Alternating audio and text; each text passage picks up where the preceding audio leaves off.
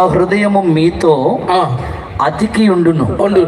అట్లుగాక నా వలన మీకు అపకారమేమియు కలగనేరదని ఎరిగి ఉండి నన్ను నా శత్రువుల చేతికి అప్పగింపవలనని మేము నీ వారం యెషయా కుమారుడా మేము మీ పక్షమున ఉన్నాము. నీకు సమాధాన మధ్యలో షడ్రక్ మేషక్ అబేద్నెగో దానియేలు ఏ విధంగా ప్రత్యేకపరుచుకున్నారు? వేరే దేశంలో, పరాయి దేశంలో. నువ్వు స్వదేశంలో ఉంటావు, సొంత బంధువుల మధ్యలో ఉంటావు, దేవుడు నీకు ఏర్పాటు చేసిన సంఘం మధ్యలో ఉంటావు, నీకు సేవకుడు, దైవజనుడు, ఆరాధనలు, వాక్యం, ఈ కార్యక్రమాలు అన్నీ ఉన్నప్పటికీ, అన్నీ తెలిసినప్పటికీ, అన్నీ వింటున్నప్పటికీ, అన్ని రకాల అవకాశాలు నీకు కలిగి ఉన్నప్పటికీ నువ్వు ప్రత్యేకపరుచుకోవడానికి నువ్వు ఇష్టపడకపోతే నీ జీవితంలో దేవుడు కార్యం ఎలా చేస్తాడు?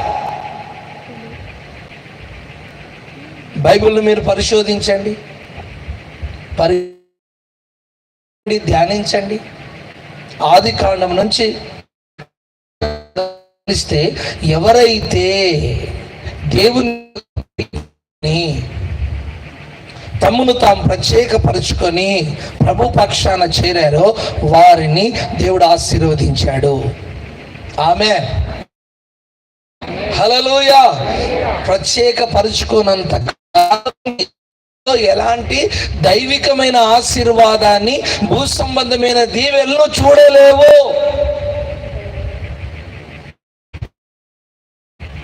సేవలోనైనా, కుటుంబంలోనైనా, వ్యాపారంలోనైనా, నీ వ్యక్తిగత జీవితంలోనైనా దీవెనను చూడలేవు.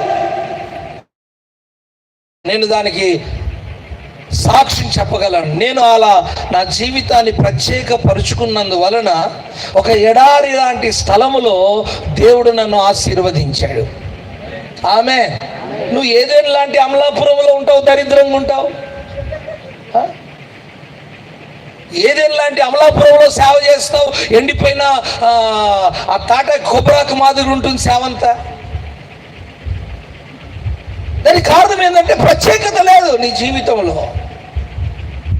అందరితో రాజీ పడుతున్నావు, మాటలు రాజీ పడుతున్నావు, ఆలోచనలు రాజీ పడుతున్నావు, ఆశలు, కోరికలు అన్నింటిలో, ప్రతిష్ట అనుభవాల్లో నువ్వు రాజీ పడిపోతున్నావు. కనుక ఒక ప్రత్యేకమైన జీవితాన్ని నీ జీవితంలో దేవుడు చూడలేకపోతున్నాడు. కనుక ప్రభు నీకు ఎలాంటి సహాయం చేయలేకపోతున్నాడు. ఈ సభలో మొదటి రాత్రి ప్రభుని, ఒకవేళ ఈ రాత్రైనా ప్రభు పక్షాన చేరి నిన్ను నీవు ప్రత్యేకపరుచుకొని ఒక ప్రత్యేకమైన జీవితమును చేయగలిగితే నీ పరిస్థితులను, నీ చరిత్రను, నీ భవిష్యత్తును, చరిత్రనే నా దేవుడు మార్చేస్తాడు. ఆమేన్. అందుకే అపొస్తలుడైన పౌలు రాసిన 2వ పత్రిక 17వ వచనం, 6వ అధ్యాయం, 2వ పత్రిక 6వ అధ్యాయం 17వ వచనం, మనము జీవము గల దేవుని ఆలయమై ఉన్నాము నాకు సెలవిచ్చుచున్నాడు.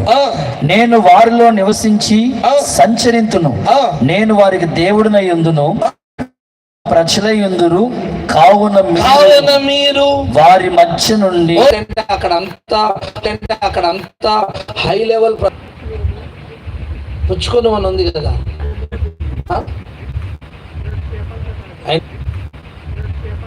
ఆయన నన్ను అడుగుతున్నాడు, మీ పాస్టర్లు ఏంది ఇలా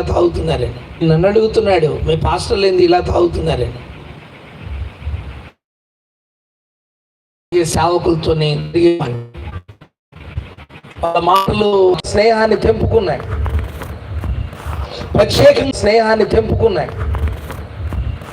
ప్రత్యేకంగా ఉండడం ప్రారంభించాడు. ఈ రోజు నా ఆశీర్వాదానికి కారణం అదే. ఆమేన్ చెప్దామా? హల్లెలూయా. ఆశీర్వాదాన్ని చూడాలంటే మీరు అమలాపురంలో ఉంటే చూడలేరు. ఒకసారి బస్సు కట్టుకొని నిర్మల్ రావాలి, అప్పుడు చూస్తే అది